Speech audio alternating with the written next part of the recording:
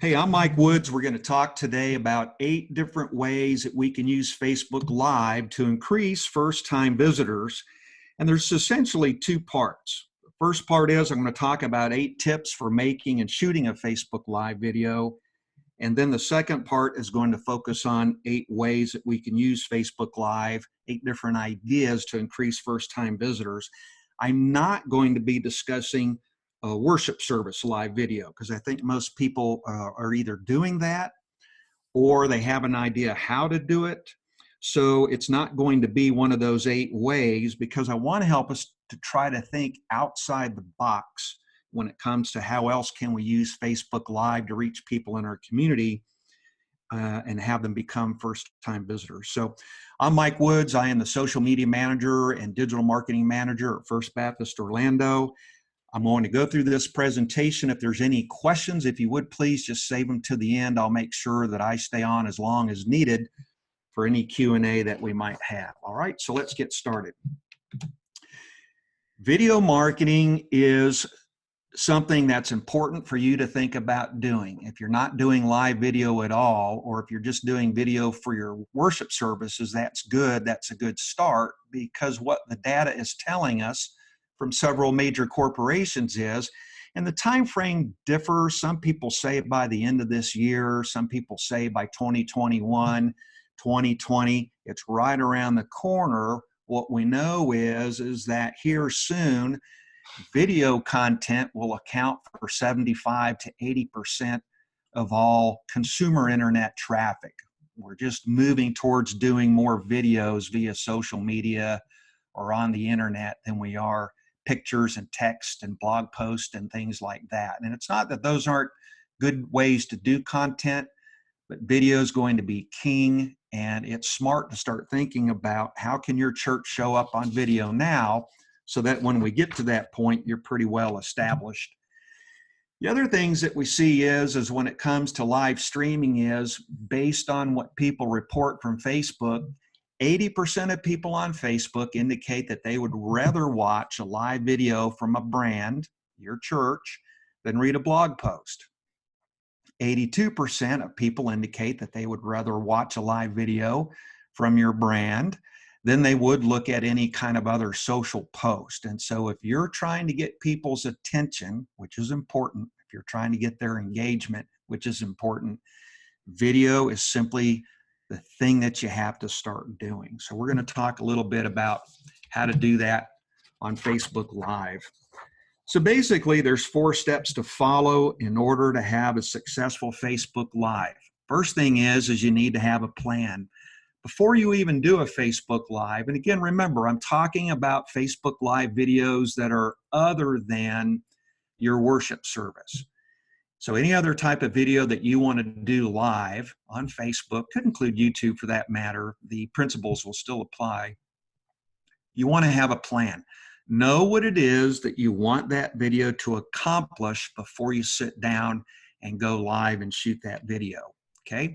Once you do that, you need to show up. In other words, if you've made a plan to do a video, you thought about what the end result is that you want, you said that you're going to do it Wednesday night at 6 p.m., Sunday at 1 p.m., whatever it may be, you've got to show up.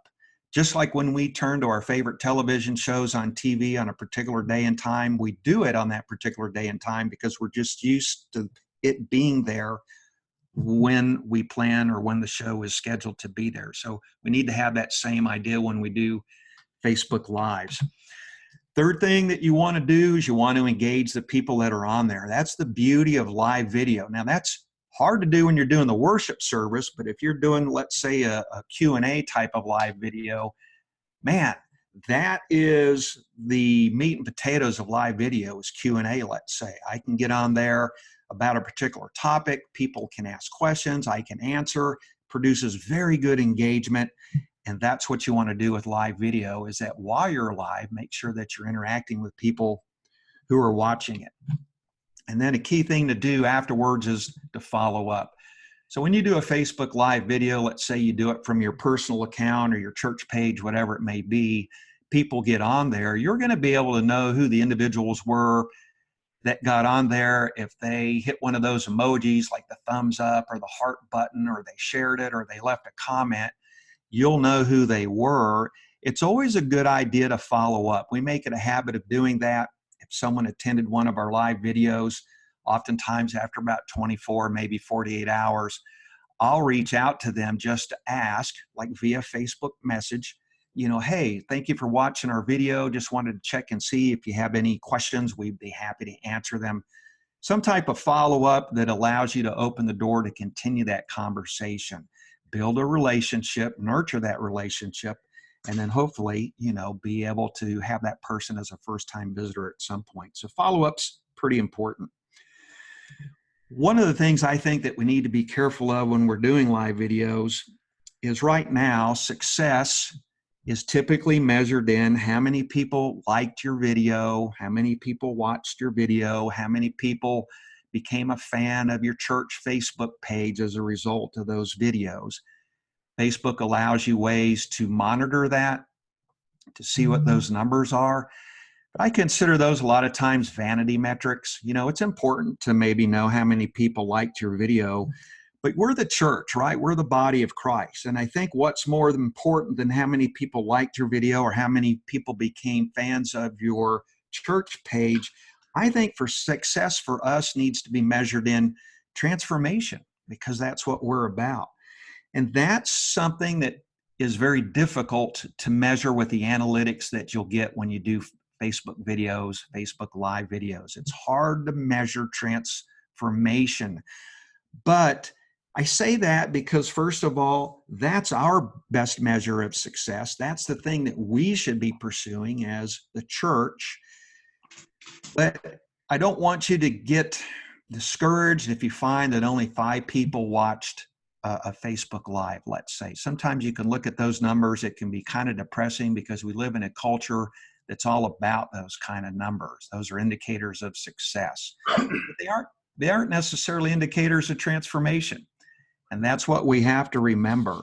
So when you do a Facebook Live video, just know that you're going in there to share content, to talk about things in your live video that's meant to help transform people. And even though you can look at those numbers, and you should, don't let them be the end all with helping you determine whether that video was a success or not. All right. So why Facebook Live? Couple of reasons. First of all, Facebook prioritizes live video. You have text content, you have pictures with text, you have things that link you to blog posts, you have regular video that you can do ahead of time and then post.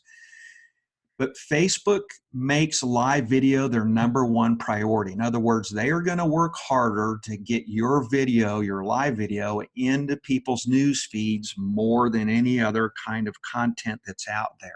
So that would be an important reason to do live video.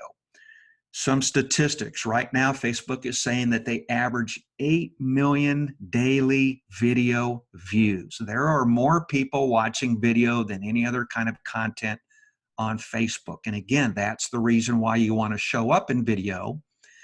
And remember, there's 2 ways to do that. You can shoot a video ahead of time, record it, and later upload it to Facebook. That's good. But Facebook will still prioritize a live video because they want their consumers on Facebook to be engaged and interacting with one another. And that's why they prioritize live video ahead of everything else. But there are a lot of people watching video on Facebook. Facebook is in the process right now of attempting to steal video views from YouTube, and that's why they're prioritizing video. Something else Facebook has said is that live videos have a 135% greater reach than, let's say, a photograph with some words on it. So you have an event at your church, you have a really cool picture, you're going to put in the text when the event is, some things about it, you're going to upload that to Facebook. That's a good thing. But what Facebook is saying, if you were to get on Facebook and do a live video invitation about that event, to talk about it, to maybe shoot it live right from where it's going to happen, you will have a possibility of reaching 135% more people than what you would have done had you done the photo. So it's important to think about, if you're trying to reach people, you have to be doing live video. Some of the numbers I see for some of the folks, may not be for you, maybe not, who knows, but there is a potential of reaching more people on a Facebook Live than you could trying to take out a local commercial, which who can afford to do that, right? And it's free. So you don't even have to pay for it. So these are some very good reasons why, as the video slides that I showed you before and the direction that video content is going, to show up doing Facebook Lives, right? So I want to talk to you a little bit about some tips for making or shooting videos, all right? One of those is simply this: you want to know your outcome. Remember, the first thing I said is you have to have a plan. You shouldn't be doing a Facebook Live video just so that people can watch it and then do nothing. You don't want that. You don't want them to be passive viewers. So know your outcome. Why are you doing this particular Facebook Live? Are you trying to get people to sign up for something? Some type of class or event that you're having at your church, maybe some sort of community outreach, Do you want people to like your Facebook page? The importance of people liking your Facebook page is that once they like your page, any further content that you put out on that page, there's a good chance that it will show up in their news feed. So there's some benefit to that. You might want people to sign up for something. You might want them to like your Facebook page. Perhaps you want them to share this content with friends and family or with other people who might be in a similar situation. Let's say that you're talking about how to get out of debt or how to resolve marital conflict through positive types of communication. So you're going to encourage them to share that content with other people. Again, maybe it's attending a particular event. These are reasons that you need to think about because you want to know what action you want people to take as a result of your Facebook Live stream, because at the end of your video, and we'll talk about this in just a little bit, you're going to give a call to action. In other words, that call to action is, what is it that I want you to do now that you've heard this video? And so that's where you should know your income, or your income. That's important too, but you probably want to know your outcome in advance. If you saw the first video training that we did on creating a plan your visit page, maybe that's your outcome, that you want people to head on over to your plan a visit page. You put the link in that Facebook Live so they can check out that page and then identify themselves as a first-time visitor. Lots of potential things that you can do, but you should always know what that outcome is ahead of time, all right? Tip number 2, it's very important that you grab your viewers' attention in the first 10 seconds of your video. Not 30 seconds, not 60 seconds, the first 10 seconds. Why is that? Because honestly, most people are going to see your Facebook Live after you've finished it. So for example, we do a Facebook Live on Thursdays, typically at 2 p.m. with our pastor, because that's when it's a good fit for his schedule. And we don't get a lot of people who show up at 2 p.m. on Thursday because most people are working. I mean, we get some folks, but not as many as we'd like or as many as we know we could get. Well, after your Facebook Live is done, it stays on your page as a recorded video. And what we've seen with our numbers, and I think this is true of most folks, many more people, we've seen 2,000 or 3,000 views on our Facebook Live 24 hours after we did it. And that's because people will see it in their news feed, they'll click on it, they'll watch it after the fact rather than when it's occurring. A lot like this one here. I don't know how many people that we have with us right now, but there's a good chance more people will watch this video later. So we're doing this live. There's more people who will watch it as a result of it being recorded. Well, the thing that's important to remember about that then is this: if more people are going to see it later, they're going to see it in their Facebook news feed as they're scrolling through their news feed to see what's happened today. And that's why it's important that you have to get their attention quickly, because you've got to stop the scroll. You have to get people to watch it.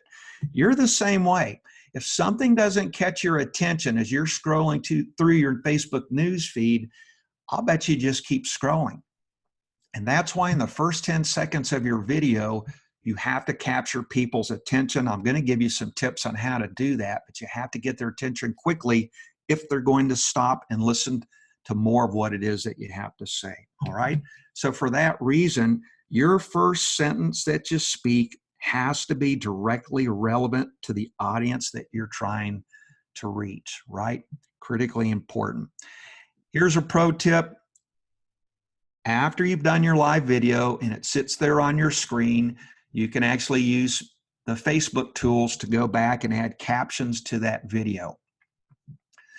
A lot of times people are multitasking. They'll sit and actually try to watch something on their phone as they're also watching TV.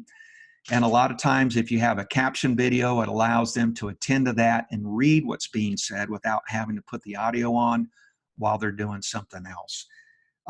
It's not necessary that you have to do that, but statistics right now show that more people will watch your video if it's captioned than if it's not captioned. Okay, that does take a little bit of extra time. Listen, I'm telling you, I'm the one who captions our videos.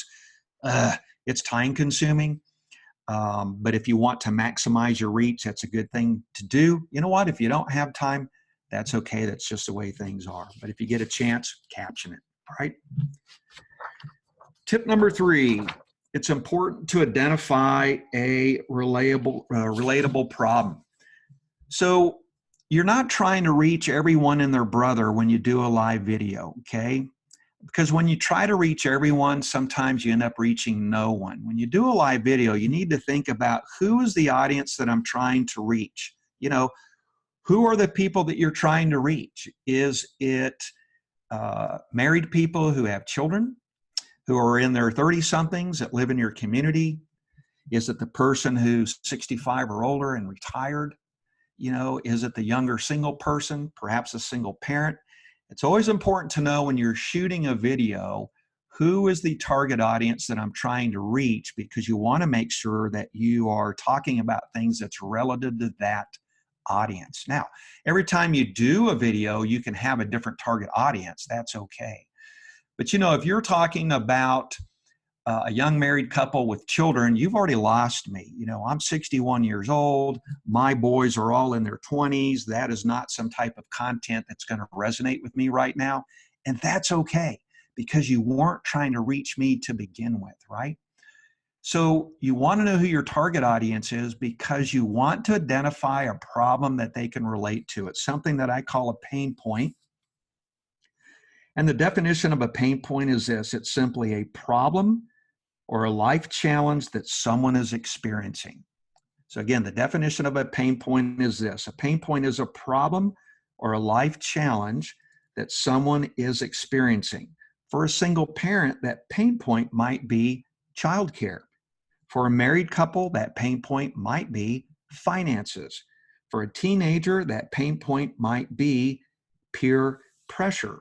But it's important that you choose and identify one pain point that you know that target audience can relate to. That's going to give you your biggest chance of someone stopping the scroll and attending to that video, because now you're talking to me. You know, you're talking to me, that single parent who's trying to figure out childcare, especially in the summertime when school's closed and it's a struggle. Well, perhaps your church has a child care program. Perhaps your church has an after-school program. And that kind of information would resonate with me because it's a pain point that you might have a solution for. The other advantage of just choosing one pain point, let's face it, single parents have more than one pain point. Married couples have more than one pain point.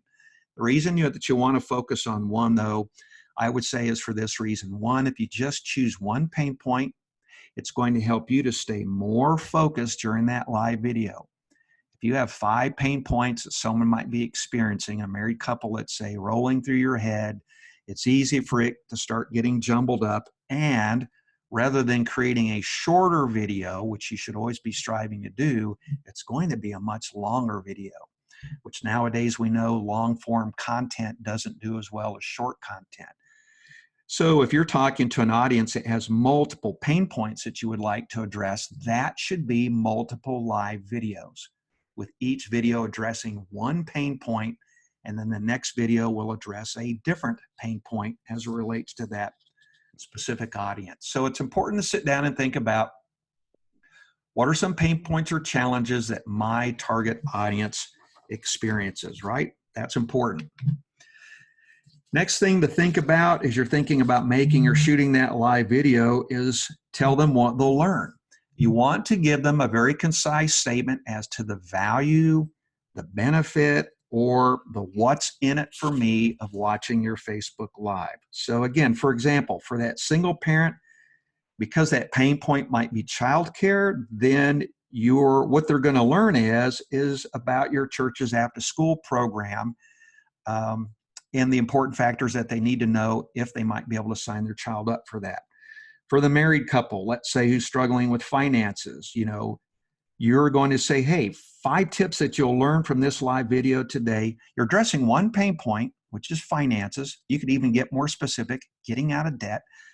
So then when you tell them what to learn, it might be 5 tips for helping you to get debt-free in the next 60 days, right? For the teenager who is struggling with peer pressure, you might say, as far as what that teenager is going to learn, you'll learn 2 things that you can do today to break free from feeling pressured to do fill in the blank, the following, having sex, drinking, trying drugs, whatever it may be, but you're going to let them know what it is that they'll learn. Because as you start the video, if you identify something that I can relate to that I'm struggling with, and then you tell me you're about to relay to me something that I can learn that will benefit me here and now today or tomorrow, that is going to increase the odds that I'll watch that live video. All right. As Gary Vaynerchuk says, be the answer that people are looking for. Here's the tendency that I see with people who are doing video or live video. They are stressing themselves out, trying to figure out how can they be wow and amazing? How can they be spectacular? I am just going to have to wow and amaze folks with my personality and speaking voice, and I have to be spectacular. That's hard to accomplish on a day-to-day basis. And in fact, what Gary Vaynerchuk is saying, don't be that, all right? If you think about Major League Baseball, it's not uncommon for Major League Baseball's leading home run hitter to also be, if not the leader of strikeouts, definitely in that top group of people who do. I mean, when you're swinging through for the fences and trying to hit home runs, there's a chance that you're going to strike out more than you will hit a home run. That's the problem with trying to be wow and amazing and spectacular. It's better to be useful, right? Useful is what will keep people connected and engaged with you on social media. If you're identifying something that I'm struggling with, and then you're going to share with me some ideas that I might be able to put into use to help me to resolve that pain point or overcome that problem, that's useful. That's something that I'll listen to. That'll be something that'll make me want to like your Facebook page or follow you on Facebook, because you're helping to make a difference in my life. So when you think about doing these live videos, don't get all stressed out about how well you need to do in the sense of being wow and amazing and saying really cool phrases and things like that. Be useful. Be the answer that people are looking for. If you can do that and you're representing your church, people will perceive the church as being a place that possibly has answers to the things that I'm struggling with. And that's a lot better thing to do. All right. So let's talk about the ultimate intro, right? I'm just going to give you some examples of the last couple of slides that I talked about. Because remember, I said that you have 10 seconds to get someone's attention. When they're scrolling through and they see you talking and they click on that button to listen to what you have to say, you need to say something that's catching their attention right here, right now, because if you don't, they're going to scroll past you, all right? So remember, the first thing is you have to think about what's a pain point that your target audience faces, because you want to start with an identifiable, relatable problem. Let's say it's the spouse let's just say it's the husband who works all day and he comes home, he's tired, he's exhausted, he still has some things that he has to do. He knows that he should be spending more time with his wife. He knows that he should be spending more time with his kids. It's just a struggle to do it. That's how you start your video. Don't start with, hey, this is Mike Woods from First Baptist Orlando. Man, I am so happy to be here today. This is one of our first lives that we're trying to do. And let me tap, hey, can you hear me? If you can hear me, give me a thumbs up in the comment section. See, you don't want to start your video like that, especially if people really don't know you. They're going to scroll. They're going to get right on past you. You cannot start with that. Start your ultimate intro with the pain point. It might sound something like this. Why is it that at the end of the day, no matter how much you vowed it wouldn't happen, you still weren't able to find that quality time to spend with your spouse or to spend with your kids, right? For someone who is a part of your church, let's say, or someone who is part of a church that they know that they should be praying, if that's your target audience and that's your topic, you know, it might sound like this. You know it should be a priority. It's probably up towards the top of your to-do list, but at the end of the day, again, you just still didn't find time to be in prayer with God, right? So you're starting out with a pain point. In other words, you're focusing on your audience, not you. You're going to open your video about talking about them, which is why you're going to use the pronoun you more than you are I. Okay? Remember the second thing I said, tell them what they'll learn. What's the value? What's the benefit? What's in it for me? That will be literally the second thing that you say. So with our first example of the person who's struggling with finding the time to spend with their spouse and kids because they know it's important, it's just hard for them to do. That's the second thing that you're going to say. It's that solution. It's being useful. And it might sound something like this. Today, I'm going to share with you 5 easy to implement ideas for creating more quality time to spend with your spouse or your kids. Or in that next example, it might be in the next couple of minutes, I'm going to share with you 3 tips that will change your prayer life today. See, that's what keeps people's attention. That's what keeps people engaged.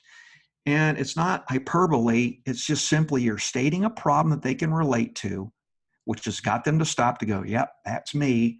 And immediately afterward, you're saying, I have something today that's going to help you to turn that around, right? Then the third thing that you're going to do is you're going to launch into your story. Hopefully this is a story that you can relate to, or you know someone who is, because you're immediately going to start with a story, right? The whole introduction is about capturing and keeping people's attention. That's why you start with that pain point. You tell them what they're going to learn, and then you're going to launch into a relevant story. Why? Because people are wired for stories, and you want to include one because that's what's going to keep and hold their attention. So on that one where we're talking about the person coming home, they know they should spend more quality time with their wife and kids. It's just extremely difficult. That's the pain point. Your solution is I'm going to share 5 easy to implement ideas for how you can do that. Because right after that, you're going to say, because 2 years ago, that was my biggest struggle, was finding time to spend time with my spouse. And you know what? It almost led to us getting divorced. And then you're just going to continue that story and work in those 5 ideas that help to turn your life around as it relates to that prayer point, right? Or that pain point, I should say. So that's it. Start with the pain point, tell them what they're going to learn, launch into the story. That is the ultimate intro, because if you're going to keep and hold a person's attention, that's the path that you need to take. Somewhere later in that video, you can say who you are and where you're from. In all likelihood, that's going to already be seen as they're watching your Facebook Live. They can see who you are and where you're from. And they'll already know that. It's okay to say it. You don't have to. It is okay to say it, but say it, man, towards the end, because you've got to hook them, and I mean that in a good way. You have to hook them from the beginning, all right? All right, tip number 5. It's called the call to comment. Basically, somewhere during your Facebook Live, it's okay to ask specific questions of people who are watching, and then ask your viewers to leave their thoughts or their comments. You might say something like, type yes in the comments below if this has ever happened to you. Or let me know if you agree by what I just said or not by typing yes or no in the comments. Or you might say something like, hey, so what's your answer, or what's your solution, or something specific? Type it in the comments below, right? That's what's going to produce engagement. That's what's going to help people to begin to interact with you and give your Facebook Live more of a give and take, more conversational back and forthness. Because you could stand up there and you could talk for 5 straight minutes, and that's not necessarily a problem. But if you can make it feel more like a conversation, more like your audience had an opportunity to ask questions or agree or even disagree, you want to be able to do that, because that produces something more engaging. The other reason is this. When Facebook sees that a live video is having engagement, people are clicking like, or they're giving it that little heart kind of emoji thing, or they're typing in a comment, they see that that live video is engaging people, they work even harder to make sure that it reaches more people than it would have otherwise, okay? I know for me, I kind of have to type a note, put it on a piece of paper in front of myself to remember, because it's easy once you get rolling just to keep on rolling. But if you know that you have people watching, it's important to have them to put that in the comments. Even when they're watching it afterwards, if someone's watching it afterwards and they enter in their comment by saying yes or no, or putting their own answer or whatever their thought or opinion is, remember when I talked to you about following up with folks? Perfect way to do that.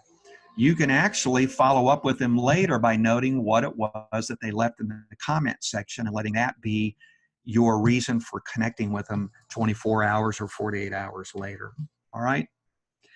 A little bitty note here. It's always good to acknowledge the names of the people who are leaving comments. So if I notice that Jimmy leaves a comment and he agrees with what I'm having to say, I could say, hey, Jimmy, I can see that you agree with that too, that the same things happen to you. You know, people love hearing their names. As you do more of these, it'll become easier, and you'll have less pressure and more time to feel like you can remember these small names. If you're going to respond to comments, try to use people's names. It's in the comment section, easy to do. All right. Tip number 6 is you're going to ask viewers to share. Midway through your live broadcast, it's okay. Ask viewers to share or tag some of their friends with your live video for people who might be interested in that topic too.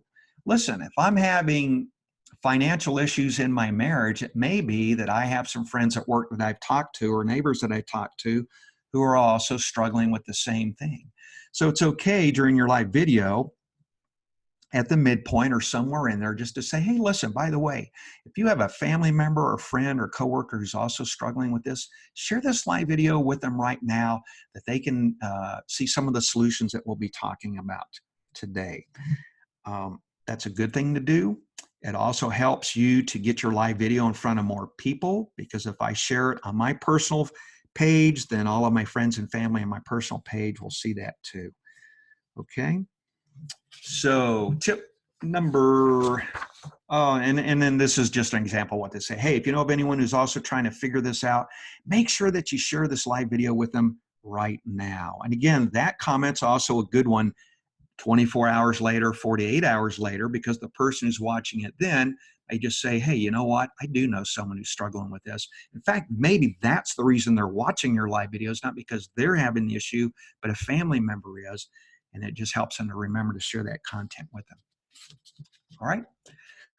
Number 7 is your call to action. Remember, number 1 was to know your outcome, right? What is it that you want people to ultimately do as a result of your live video? One of the last things that you're going to close with on your video is this thing called your call to action.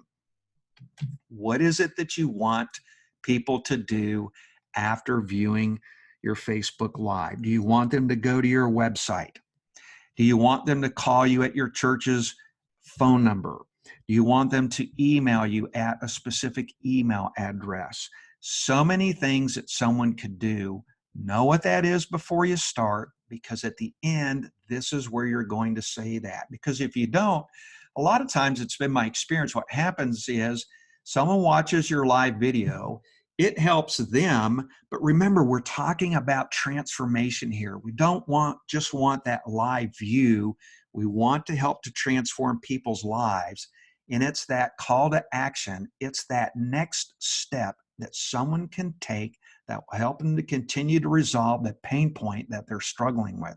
And that's why this call to action is important, right? It helps people to take the next step. And that next step may be, hopefully, something to do with you, your church, which increases and builds that relationship and eventually leads to a first-time visitor, right? All right. Tip number 8 is repurpose your Facebook Live.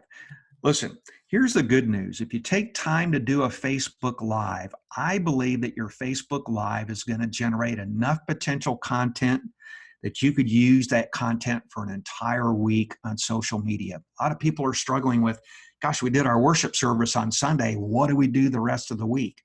Well, if you do a Facebook Live, here are some things I want you to think about doing.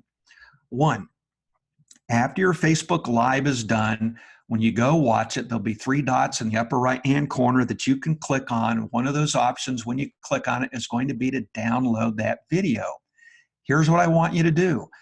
Download that Facebook Live video, and I want you to upload it to YouTube, right? Here's why. And then this will give you a reason to have a YouTube channel, and also to have something on your YouTube channel that's other than just sermons. Listen, nothing wrong with sermons, nothing wrong with your worship services, but give people more, right? And this is one of the things that you can do is those live videos. Upload that live video to YouTube so that if someone is searching YouTube for that pain point, there's a good chance that your video will now appear as it relates to that pain point that someone's looking for. If I'm using YouTube to search for how do I get out of debt, and you've done a Facebook Live that addresses that, there's a good chance that now your video will pop up on YouTube as a potential solution to the problem that I'm having. And guess who owns YouTube, folks? I know you probably already know this, but if you don't know it, Google owns YouTube. Google is the #1 search engine, and when they're going to show a video as a result of a search, they're going to show a YouTube video. Why? Because they own that platform. Another good reason. Someone could be searching Google for how do you get debt-free. The second biggest search engine in the world, by the way, is YouTube. So I've just given you 2 good reasons why you should upload that entire video to YouTube. All right? Next thought. Find 5 good, solid quotes that you had from your Facebook Live, or 5 good, solid thoughts from that Facebook Live, right?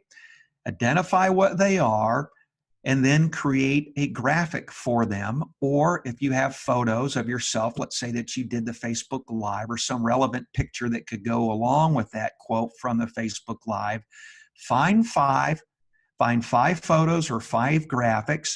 Now you have 5 pieces of content with a photograph and some copy that you can use for Twitter, that you can also post on Facebook, that you can post on Instagram, right? 5 other sources. And in that copy, if you want, you can say, if you'd like to learn more, click the link below to watch the video. So now you can use those 5 types of picture type content either as a standalone, which would be good, or if you put the link in there to the video, they can actually link back to the entire thing. So 5 pieces of content there. You've got your video uploaded on YouTube. Another thing that we do quite a bit is, let's say that it's a 5, 6, 7, 8, 10, 15-minute Facebook Live. I'm going to look for, instead of doing 5 great quotes, I'm going to use a video editor to edit out those segments of the video. So whether they're 30 seconds, 60 seconds, 90 seconds of teachable moments, because now I'll have shorter videos from that larger one that I can share on Facebook, Twitter, and Instagram. Just so you know, Instagram has a 60-second limit for videos in the Instagram feed. You can put something longer on IGTV, Instagram television, but if you want it in your feed, it can't be any longer than 60 seconds. So when we're cropping out or editing out smaller segments of a video that have just really good biteable, snackable, quotable moments. I try to keep it to 60 seconds or less. And then I'll share those shorter videos on Twitter or later on Facebook, or I'll share them on Instagram, because that way you're giving people little snippets of potential solutions or problems that you're addressing that captures their attention, right? Or links back to the larger video. Again, that's a good strategy also. So anyhow, as a result, if you did one Facebook Live a week, I firmly believe that that would also help you to generate enough content that you could use if you have Twitter, if you have Instagram, or on those other days on Facebook. All right? Do it. You're already taking the time to create that live. Man, repurpose that thing and use it to your advantage.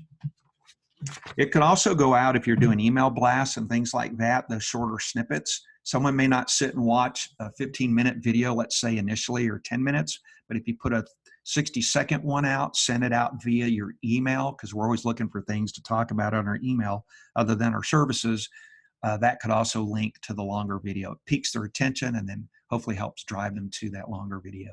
All right. So that was part one. I want to move into part two. I'm trying to honor this idea of keeping it to, and it doesn't look like I'm going to do it, 60 minutes, but let's press on.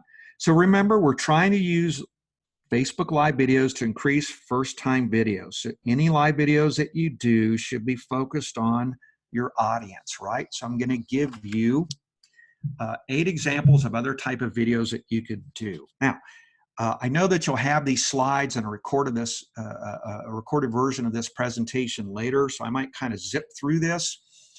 Don't worry about taking notes. Let's just talk about questions and answers, right?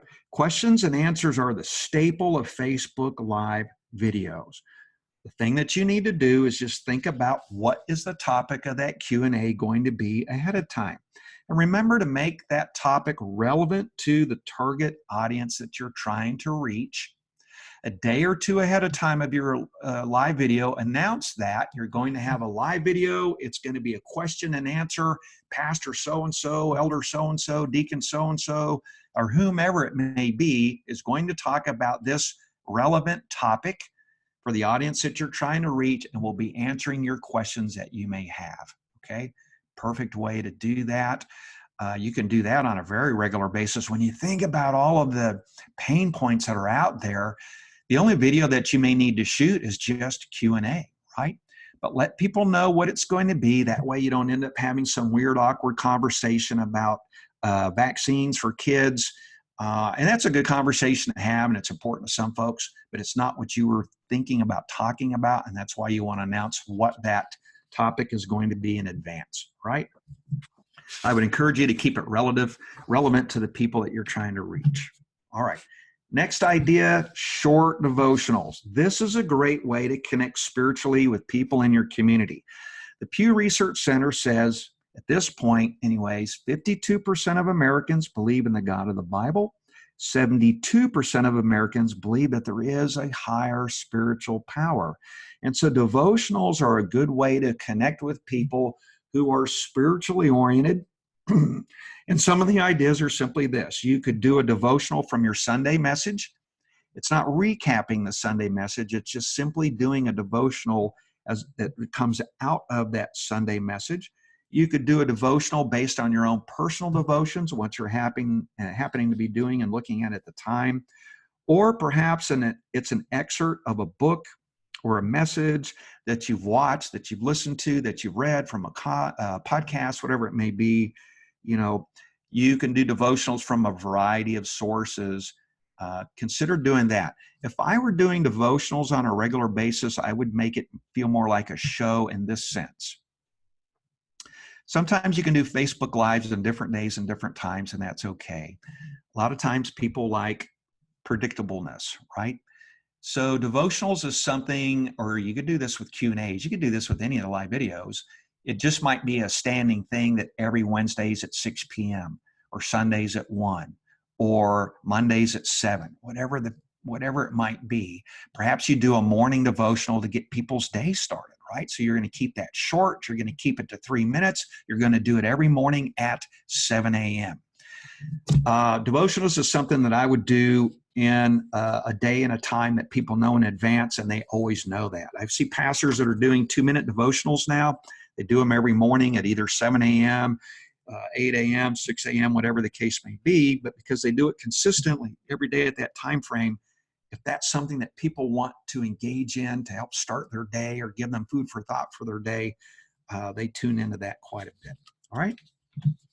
Another idea is live prayer. I know a lot of people are like, oh, I don't know, what about that? The Pew Research Center says 77% of American adults have identified themselves as someone who prays monthly. Prayer is an important part of the spiritual lives of a lot of folks. Now, whether they believe in the God of the Bible, or not, that part I can't answer, but they do know or do believe there's a higher spiritual power, and connecting with that person's important, which is what prayer is about. This may be a good way, for people to tune in. Prayer is important, and eventually nurture that over time, and lead them your way and towards your belief about prayer and who you're praying to. But anyhow, you can do this. Prayer is an important topic.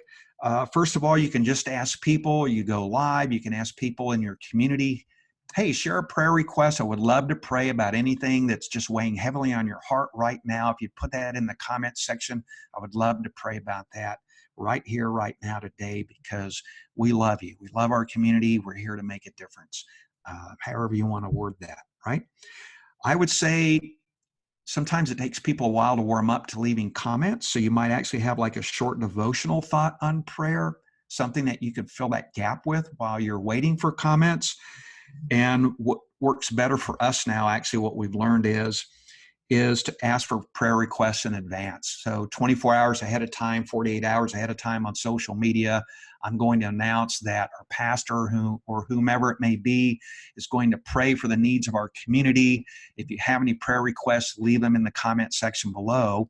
That way, on the day of your Facebook Live, you already have some prayer comments and prayer requests that you can work with.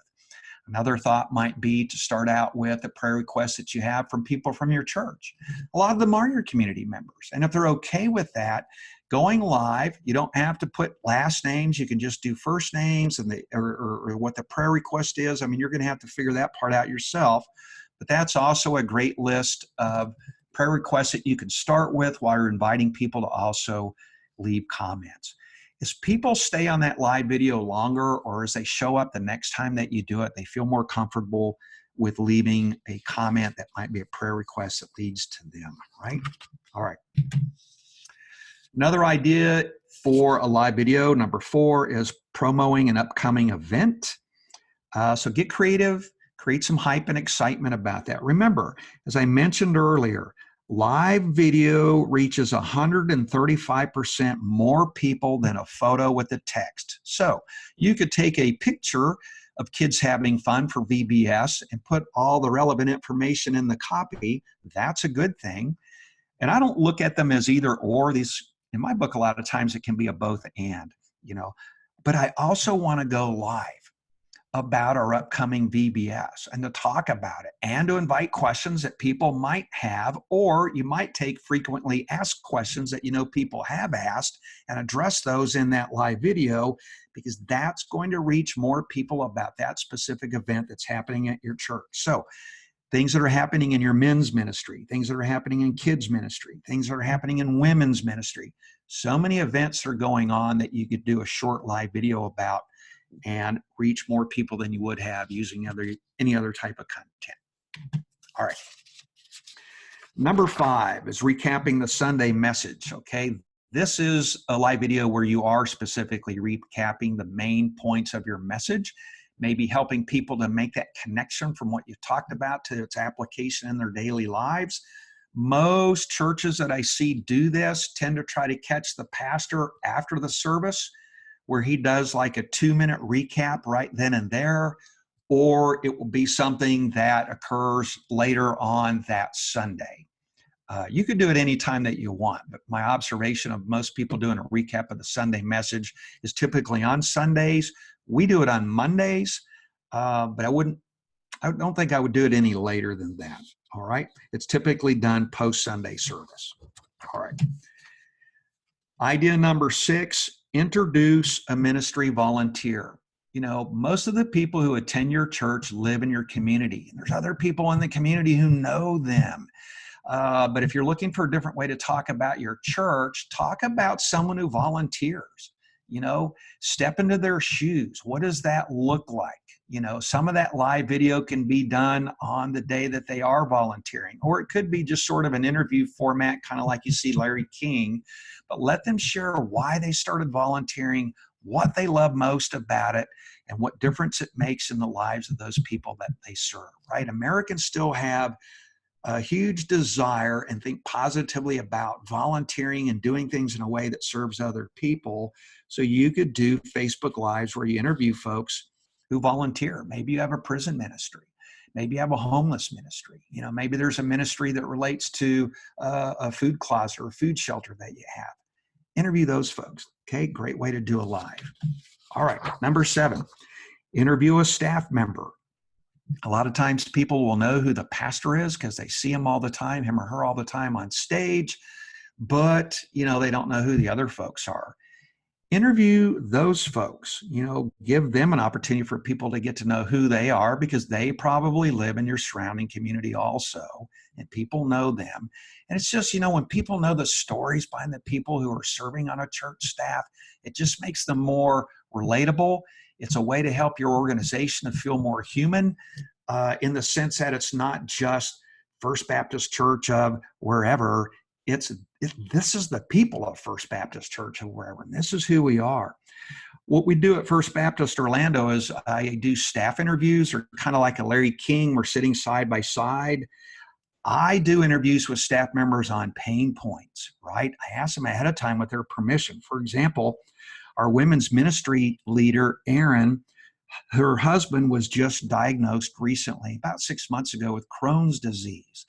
And it has caused a major change in their way that they have 3 kids. He has Crohn's disease. It's affected his ability to work. It's affected how they function and the patterns and the kind of the things that they've done in their family. There's been some changes that have had to be made. How does that affect that family? You know, where is God in all of this? You know, and so that was a great conversation.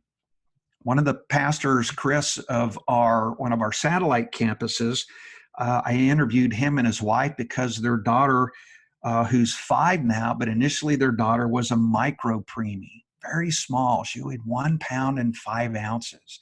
You know, what were the struggles and the stresses and the anxiousness that happened? Excuse me. The anxiousness that revolved around their daughter being a micro preemie who had to go into the NICU for months, you know, because she was just too underdeveloped to be out and go home initially with her mom and dad. You know, they had a great story about how members of their church pulled alongside them, visited them often, made meals. They were honest about why us, God, and where was God in this? One of our other pastors' son, this was years ago, he's at a point where he can talk about it now, not that does, but his son committed suicide. We did that as a staff interview, trying to talk to people on our staff. This could also be true with volunteers if this is the direction that you wanted to go, about pain points that happened in their life. Because a lot of times people think that church folks have it all together, or to be a church folk, you have to have it all together. And we know that's not the case, right? And these type of interviews give you an opportunity for people to know in your community that people at your church, people on your church staff, they struggle with the same things they do. But here's where maybe the difference is. God's involved in their lives. He's always there. He's always working. And that may be good thoughts to have when you're thinking about Facebook Live and interviews. All right. Idea number 8, having an online life group or an online church group. Listen, the Facebook Live platform already provides an opportunity to do a virtual small group gathering that becomes very easy and very familiar. Now listen, guys, not my first choice. We want people to be part of a life group that's on our church campus, or a home life group is our number one choice. But I can tell you, because we're online all the time, We have a huge online audience, and there's a lot of folks who have not stepped foot in our church yet, but they are joining us online. It's a baby step. Well, another baby step that we're developing from that is to host online life groups, because we want to make it possible for an online life group to be a baby step, or that next baby step that someone could take, that they need to take before actually visiting your church physically, right? So just think about it like that. I know this seems to be a big topic of conversation for a lot of churches. The fear is that if you join us online, you won't show up at our church. I think that's true for some folks, because there's just some people who are just strictly going to be an online church member, right? Or church participant, however you want to look at that. We should be intentional, though. This can create a digital pathway. If you think about it, you want to create a digital pathway that takes that online person to becoming an offline person, right? The person who connects with you digitally to connect with you physically. And that's that idea of online life or church groups as being that baby step that someone could take to get to know folks, so that when they show up at your church, they already know some people, right? All right. I said 8. I'm going to leave you one more idea. Item number 9 is simply to, what if you did Facebook Lives where you recommended a resource to a particular target audience who struggles with a particular pain point, right? I don't know of any pastors that aren't consumers of information, readers, video watchers, podcast listeners. What if you were to get online and use some of those resources? It could be yours, but guess what? It doesn't have to be yours, because you could be that curator of resources, that person that people go to or listen to or watch when they see you in their news feed, because you do a great job at recommending resources of not your own, someone else's, that helps address the pain points that they struggle with in life. I think that's a good thought. We haven't done that yet. I would like to. I just haven't gotten the thumbs up, but I think it's a good idea, to be quite honest. All right. So again, it helps you to be a curator. You might have someone who just doesn't know what to say about something when they get online, but they've read enough books, or they've watched enough videos, or listened to enough podcasts that they could recommend those things. And in that sense, still be a resource to other people in the community who are struggling with certain pain points. All right. 9 ideas that I think you can do. Find one, try it, see if it works for you. If it does, continue. If it doesn't, try something else. But there's a lot of ideas that you can use to show up on a regular basis on Facebook Live outside of your worship services, okay? Let me give you some statistics. This is just overall statistics. I was checking here recently. What are the 10 most engaged Facebook pages? All right. These are not the pages that have the highest number of Facebook fans. These are the pages that have the highest number of likes, the highest number of shares, the highest number of comments. And look at that. Jesus tops the list, and the Bible comes in at number 4 as the 10 most engaged Facebook pages on Facebook right now. Faith is an important topic to a lot of folks. If I were to expand that list to the top 20, there's actually 4 more faith-based related Facebook pages that now show up. So 2 in the top 10, 6 in the top 20. People are turning to, or at least they're not opposed to, looking at faith-related or listening to faith-related content on Facebook while they're on Facebook. So don't be afraid to take that step. There's plenty of people out there, okay? Last segment, I'll wrap it up, and we'll see if we have any Q&A. All right, so I'm going to come in just after that 1 hour mark. Let's talk about equipment. I use a smartphone. My smartphone, which is an iPhone 8 Plus, and I think all newer smartphones nowadays, I can shoot 1080p quality video from that phone. Actually, using an app called Filmic Pro, I can actually bump that up to 4K. 4K is the highest resolution that you can have right now. 1080 is really, really good. Most of your TVs are probably 1080. Still very good quality. So I just use my smartphone. When we go live with on Facebook with Pastor Youth, or if we're talking about an event and we use a Facebook Live to do that, Guys, I'm shooting that with my smartphone, okay? The important thing is you need to stabilize that video. So you could put it on a selfie stick. Sometimes I use that if I'm talking to folks as I'm walking around. But a tripod, whether it be a normal size tripod or just a tripod that you could set on your desk that brings your smartphone at eye level with you, you'll want to use that. The worst thing that I think most people can watch and probably will scroll or quit watching is that jumpy, shaky video. And you've seen it, you know what I'm talking about, and more than likely you swiped up to something different after you've seen so much of that. So stabilize your video by using a tripod or something that stabilizes it. Use your smartphone. If you happen to have a DSLR or something like that, cool, man, great. Still use a stabilizer to stabilize that thing, okay? One really good piece of equipment that we have that we use from time to time, if Pastor David does a live video from his home, he uses the Logitech C920. You see a picture of it here. It actually has a clip that clips to the top of your desktop. This is a 1080p video quality device. It's also stereo sound. There's speakers on left and right, so as you're talking, it catches your voice in stereo. You might have a really good webcam on your desktop, no problems. But if you don't, this Logitech C920 is a good piece of gear to get. You can also mount it on a tripod. So you could speak to it as it's connected to your computer. You're not looking at your computer screen, but you're using it on a tripod to talk to folks. I've used this before.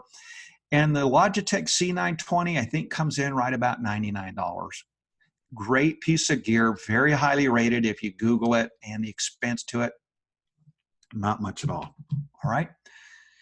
So the last thing to think about is video editing apps. They have Adobe Premiere Pro and these several $100 type of video editors that you could use and download to your desktop. If you can do that, that's great, man. More power to you. I have to tell you, I use my smartphone for just about everything. I shoot our videos with my smartphone, and I also edit from my smartphone. Here's 4 video editor apps that you can download, and they do the job that you need, okay? It fades in from black, it fades out to black. If there's any hiccups in there that you want to cut out, you can certainly do that with a very basic video editor that you can download to your phone and take care of matters in that sense. And that's, again, when you're thinking about capturing those 30-second, 60-second, 90-second video slices of the longer Facebook Live that you did. All right. So listen, that's the end of this. I'm going to open this up to Q&A here in just a second, but write down my email address if you would. I know I haven't given you any time to really answer questions, and perhaps we've run out of time for some of you. It's michaelwoods@firstorlando.com. I answer every email that comes my way. So if you have something specific about something that I covered, perhaps I didn't cover it in depth enough, or I wasn't clear enough, whatever the case may be, please feel free to email me to contact me.